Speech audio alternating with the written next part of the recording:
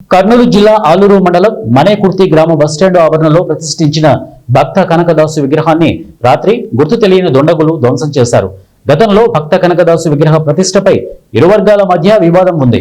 పంచాయతీ స్థలంలో కనకదాసు విగ్రహ ప్రతిష్ట ఉండాలని ఓ వర్గం, మరో వర్గం ప్రజలకు ఇబ్బందికరంగా ఉందని ఘర్షణ పడి ఇరువురు కోర్టుకెళ్లారు. ఇదిలా ఉండగా నిన్న రాత్రి విగ్రహాన్ని చెయ్యి విరగొట్టి ధ్వంసం చేశారు. ఈ గ్రామంలో ఈ ఘటనపై తీవ్ర చర్చ జరుగుతోంది. సమాచారం తెలుసుకున్న పోలీసులు హుటాహుటిన అక్కడికి చేరుకుని వివరాలు సేకరించి ఎలాంటి అవాంఛనీయ సంఘటనలు జరగకుండా పోలీస్ భద్రత ఏర్పాటు చేశారు. గ్రామ ప్రజలు, కుల సంఘాల నాయకులు ఘటనా స్థలానికి చేరుకొని పరిశీలించారు.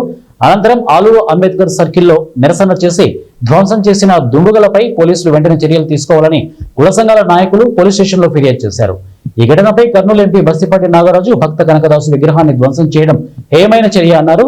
ధ్వంసం చేసిన వ్యక్తులపై పోలీసులు చర్యలు తీసుకోవాలని సూచించారు. కనకదాసు విగ్రహం మనేకుర్తి గ్రామంలోన 3 నెలలు కింద కూర్చోబెట్టిన తర్వాత నిన్న నైట్ వర్షం వచ్చిన తర్వాత దుండకు తెలిసిన వ్యక్తులు కనకదాసు చెయ్యి ఇరుగొట్టడము చేసినారు. వాళ్ళని వెంటనే శిక్షించాలని కోరుతున్నాము.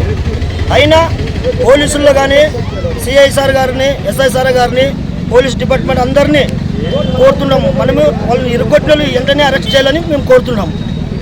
మీ పేరేనా? దేవేంద్ర.